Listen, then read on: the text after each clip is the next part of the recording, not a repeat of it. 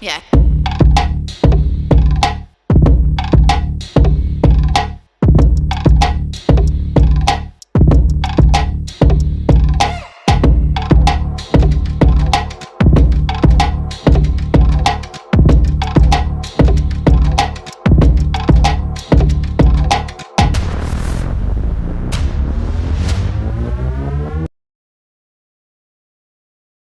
Hello, everyone. I hope everyone is good because I'm also feeling just fine. In the last few days, ladies and gentlemen, we have witnessed on SABC News a two-part visit of President Cyril Ramaphosa and his new government to China. This visit was a state visit, the first one, and the second one was a summit, a Focac summit, that is a forum on China-Africa cooperation. Now we'll start with the state visit of the president.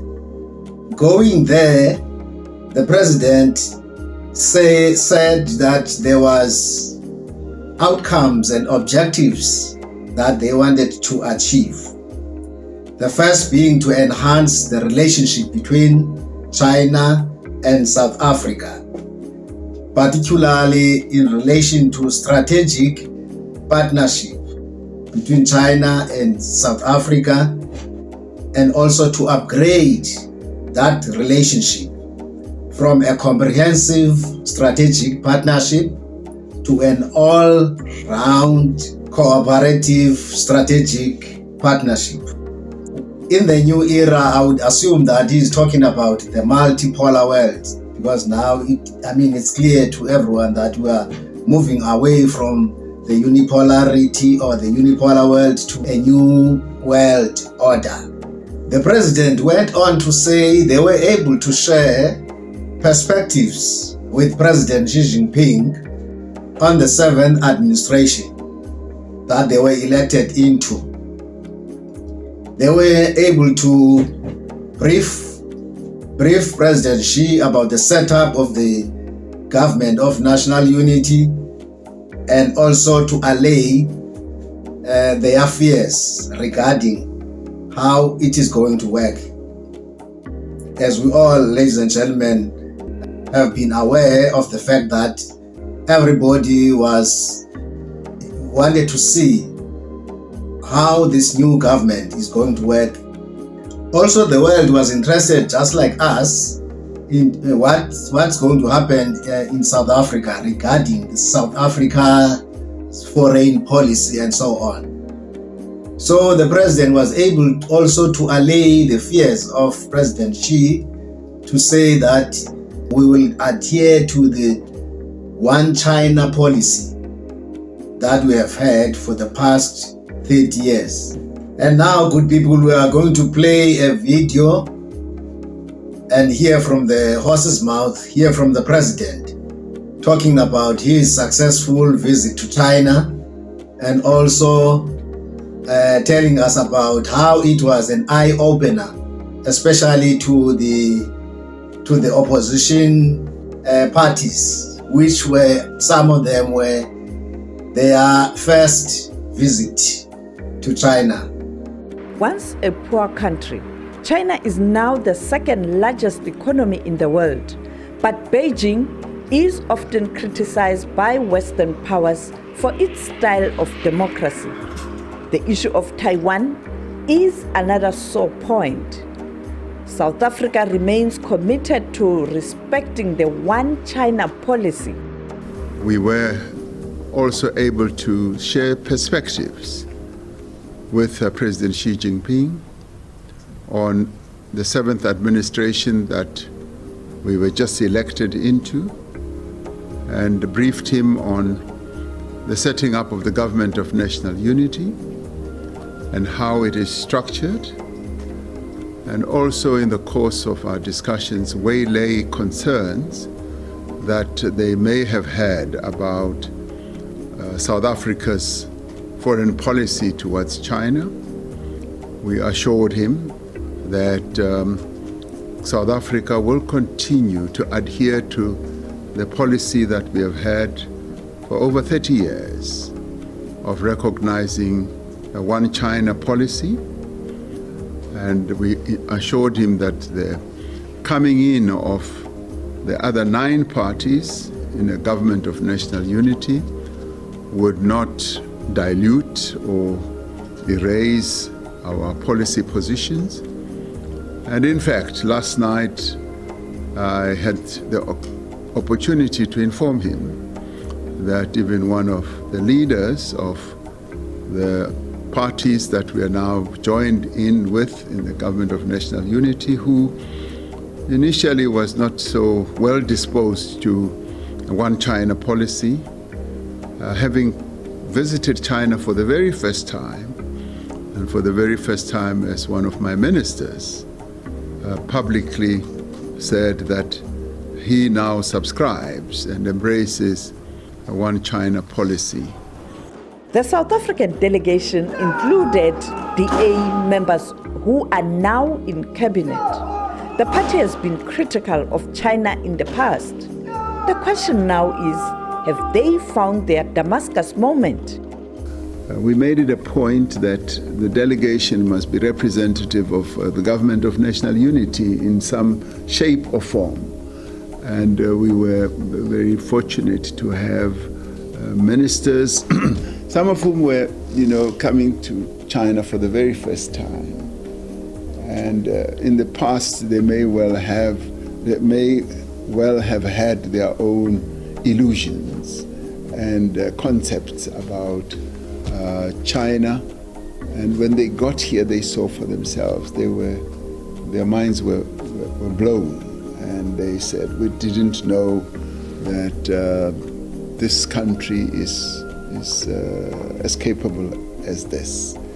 And then I think that's when, for many, the penny dropped, as they say in English. As the penny dropped, then you begin to, that's the word you used, open their eyes. The president believes the government of national unity was the correct move. So for us, this is good. This proves the correctness of having taken the decision that we did to stabilize the country and to take the country forward. It was quite testing, a difficult decision to take, but the people of South Africa had decided that this should be the new political architecture or governance architecture in our country, and we've embraced it, and we will continue to see some benefits of it as people in the various 9 political parties, 10 political parties will be sharing views and experiences and aspirations and all that. So it is a change process, a transformative process that, in my view, is going to behove well for South Africa and the people of South Africa, and we should be grateful that this is a new era and a new process that we are all involved in. Now, good people, let's go to the second part of the visit, which is Focac. What is Focac? Focac is the Forum on China-Africa Cooperation. This forum was established in the year 2000.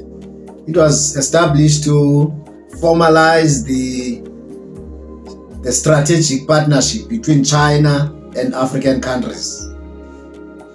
This forum consists of 53 countries, with the exception of Swaziland. Swaziland has got ties with Taiwan against the One China policy.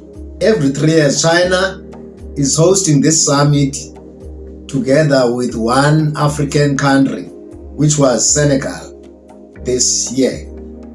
Other parties that are invited in this summit is the AU and also the Secretary General of the United Nations. And the theme this year for the summit was joining hands to advance modernization and build a high-level China-Africa community with a shared future. And now, good people, my take on the visit. I was a little bit relieved to see or to hear the president that we will continue with our foreign policy, that nothing is going to change because now we are in coalition with other parties.